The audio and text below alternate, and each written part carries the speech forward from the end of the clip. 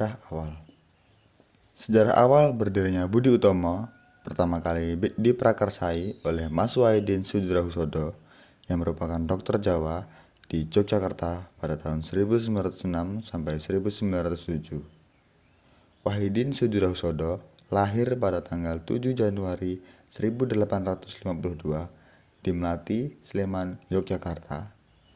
Wahidin memulai pendidikannya di De Schoolen der Tweede untuk golongan rendah.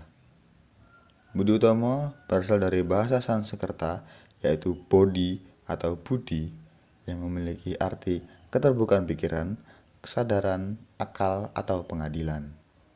Kata budi sangat memiliki arti yang penting bagi masyarakat, khususnya masyarakat Jawa. Budi merupakan sifat yang memberikan keseimbangan dan keutuhan pada pengetahuan yang sesungguhnya berkeping-keping.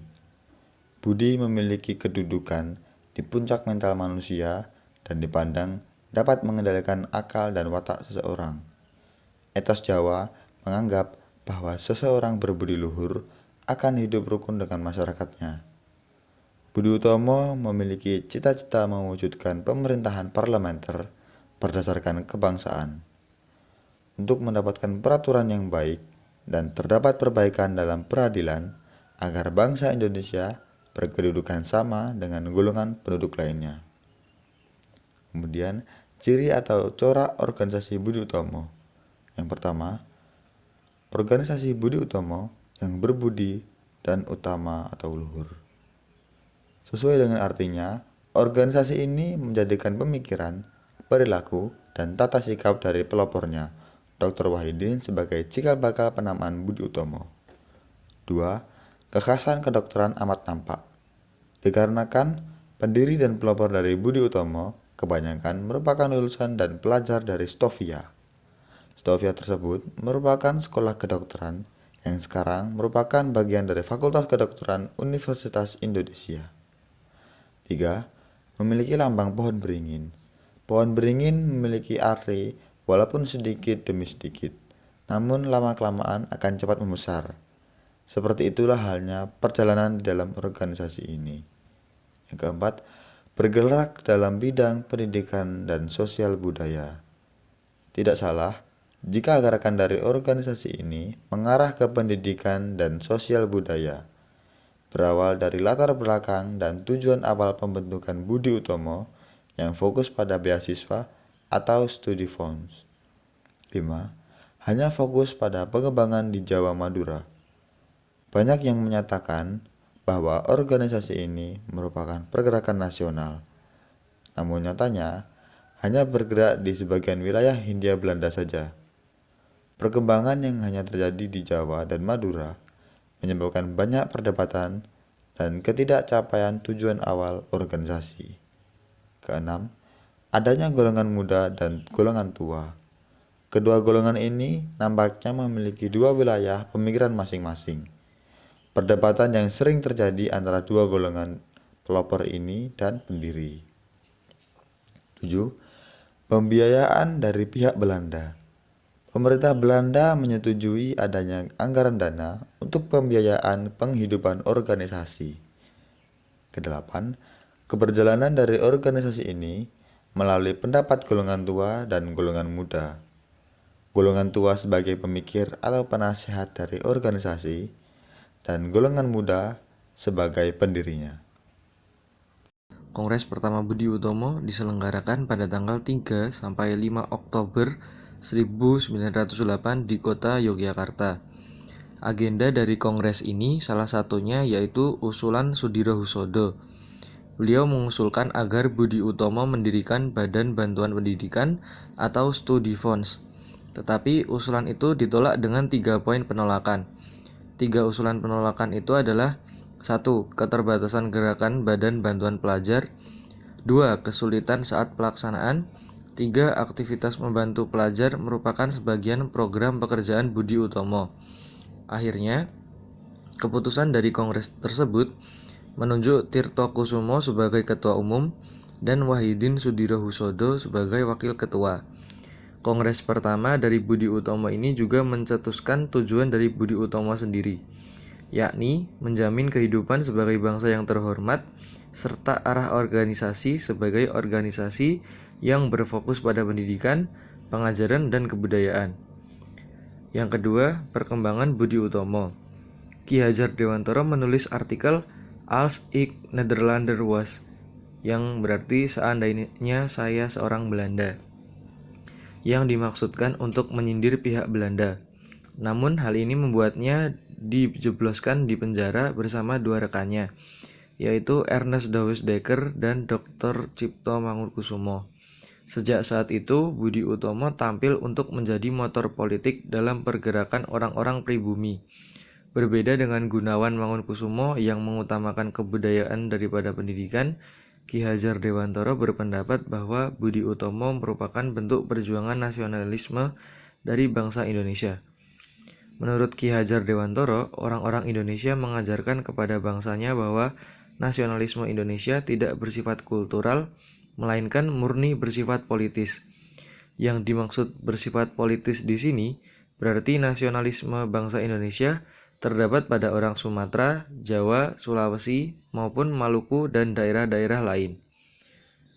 Yang ketiga yaitu akhir masa organisasi Budi Utomo. Perkembangan dari organisasi Budi Utomo ini sendiri hanya terbatas di sekitar Pulau Jawa dan Madura saja.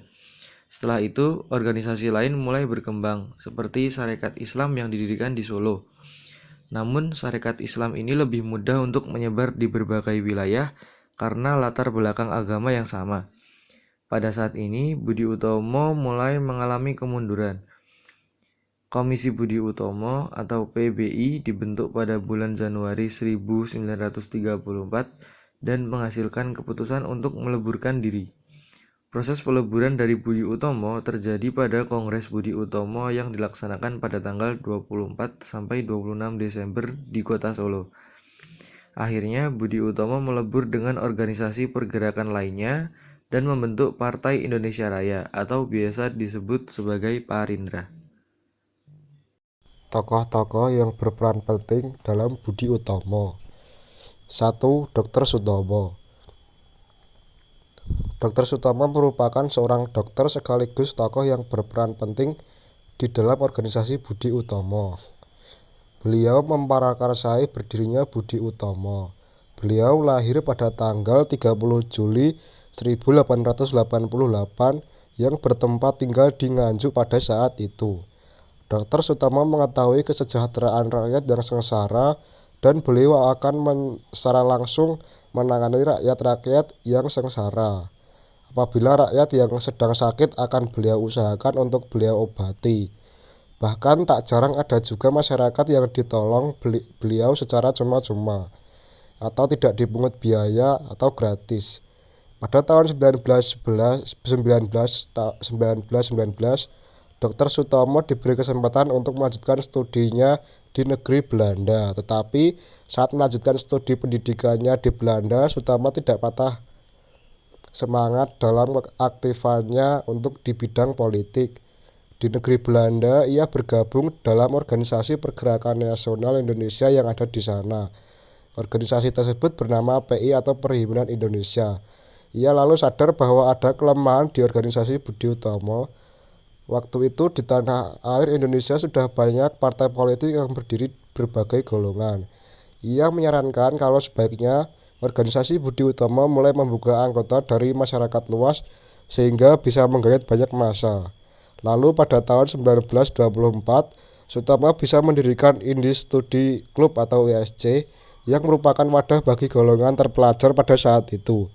ISC berhasil mendirikan asrama pelajar, sekolah tenun, bank kredit, dan koperasi. Pada tahun 1931, ISC berganti nama menjadi Persatuan Bangsa Indonesia atau PBI. Di bawah kepemimpinan Sutomo, PBI bisa menjadi organisasi yang menarik. Di bawah kepemimpinan Sutomo, akhirnya pada tahun 1935, pihak Belanda memberikan pressure atau tekanan terhadap kelompok dari PBI itu. Setelah itu, Budi Utomo dan PBI bergabung menjadi Partai Indonesia Raya atau Parindra. 2. Wahidin Sudirohusodo. Wahidin Sudirohusodo termasuk golongan priyayi rendahan yang melakukan kampanye di kalangan priyayi di Pulau Jawa. Meskipun perkembangannya tidak terlalu signifikan, tetapi membuahkan hasil didirikannya Dana Belajar di Jawa Tengah bersama pribumi lainnya. Pada tahun 1907, Wahidin bertemu dengan Sutomo yang merupakan pelajar dari Stovia di Jakarta. Mereka kemudian membicarakan kesengsaraan nasib rakyat. Hasil dari pembicaraan antara Wahidin dan Sutomo dan teman-teman lainnya dari Stovia menghasilkan gagasan baru, yang mulanya hanya membentuk Dana Belajar kemudian berubah menjadi Budi Utomo pada tanggal 20 Mei 1908 di Jakarta dengan Sutomo menjadi ketua. Pada awal-awal pergerakan, Budi Utomo memiliki tujuan yang masih samar, yaitu kemajuan bagi Hindia di mana jangkauannya hanya kepada penduduk Pulau Jawa dan Madura. Kemudian setelah mengalami perkembangan, cakupan organisasi ini menyebar kepada penduduk Hindia Belanda semuanya tanpa menitik beratkan keturunan, jenis, ras, dan agama.